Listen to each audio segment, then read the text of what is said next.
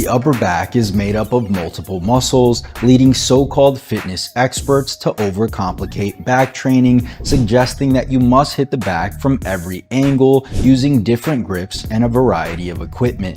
The truth, however, is anyone with access to dumbbells and a bench have more than enough to hit every muscle in the upper back effectively without ever touching a barbell, cable, or exercise machine.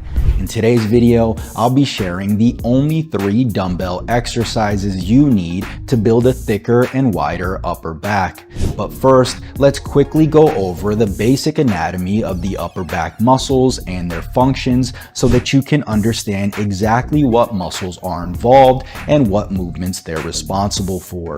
The upper back is made up of the traps, rhomboids, teres muscles, infraspinatus, and the lats. The upper traps provide the yoke, giving off a more alpha appearance, while the lower and mid traps, rhomboids, teres muscles, and infraspinatus add valleys for a thicker, more muscular back. The lat muscles, aka wings, are responsible for back width, giving you the coveted V-taper.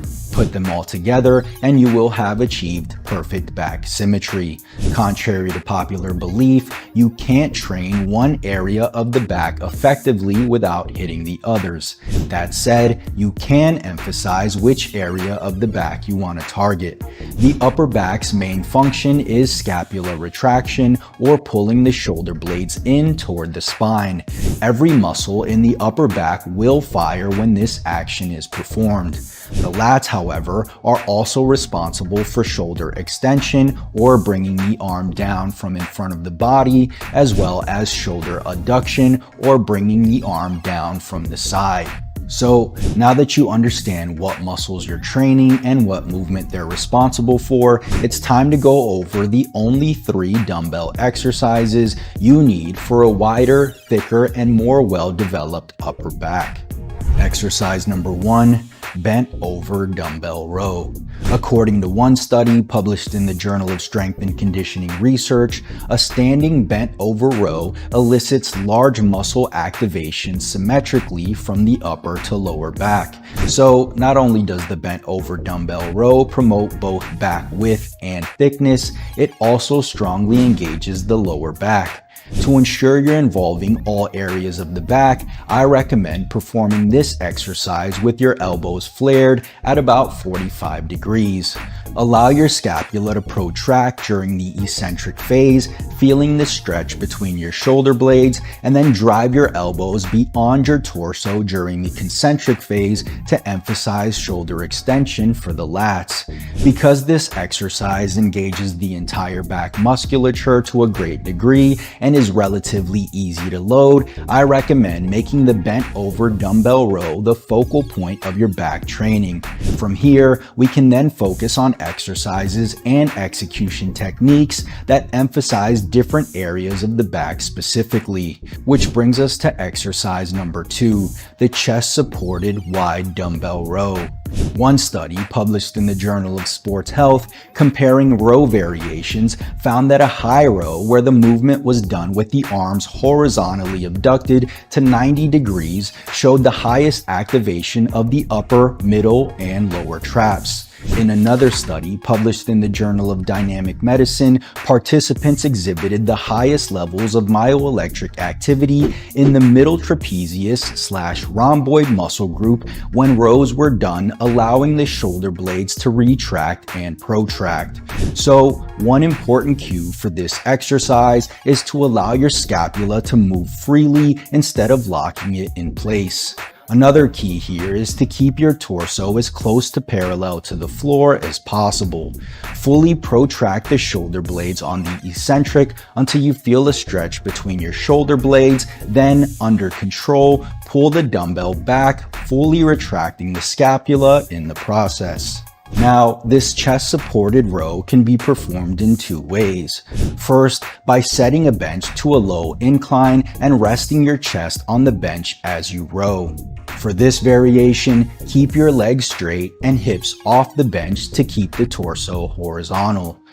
And second is by performing this as a seal row. Simply elevate a flat bench by using plyometric boxes or weight plates, and be sure to make it high enough so that you can fully extend your arms without them touching the floor. From there, lie prone on the bench, starting with your shoulders fully protracted, then retract without using your lower back to extend and aid with the lift. So long as you're keeping strict form and allowing your scapula to move freely throughout the movement, either variation will suffice. And exercise number 3, one arm dumbbell row. As mentioned earlier, the main function of the lats is shoulder extension, or bringing your arm down towards your body from overhead. That said, I recommend performing this exercise by starting with the dumbbell in front of your head in the lengthened position and pulling it diagonally into your hip on the same side. As far as body position goes, the goal should be to position your torso parallel or as close to parallel to the floor as possible. Since you're using a free weight and because of the angle of your torso, this lift will be the most challenging at the bottom position. And because the lats have their greatest leverage in the stretched position, you'd create a greater stimulus for the lats at longer lengths. Thus, going heavy on this exercise would not be a bad idea. While the upper back is better targeted with the elbows further away from the body, this study, published in the International Journal of Exercise Science, showed that peak forces were greater in the lats when the upper arm was closest to the body. So, to perform this exercise effectively, start by resting your non-working side knee and arm on a bench and use your working side leg to stabilize and adjust your torso angle. From there, start with the dumbbell in front of your head and pull it diagonally towards your hip while keeping your elbow close to your body. Squeeze the contraction for 1 second and then lower the weight back down to the starting position in a controlled manner and repeat. So, there you have it, the only 3 dumbbell exercises you need for a wider and thicker back. To recap, start with a primary pulling movement that activates the entire back musculature and is easy to load. From there, include a wide row that shifts the focus to the upper back muscles that respond best to scapular retraction. Then finally, finish your workout by giving the lats more direct attention using a movement that emphasizes shoulder extension. Did you find this video helpful? If so, click the like button below as it'll truly help out the channel. Also, if you're an intermediate or advanced lifter whose muscle gains have stalled and are looking to jumpstart new muscle growth, grab a copy of my brand new program, Mass 5 Full Body. This is a high-frequency full body workout for intermediate and advanced lifters who are looking to take their physique to the next level. And right now, you can get an additional 25% off by using the coupon code MASS25. If you want to learn more, click the link in the description below. And if you haven't already, make sure you subscribe for more videos and don't forget to click the notification bell so you don't miss the next one. Peace.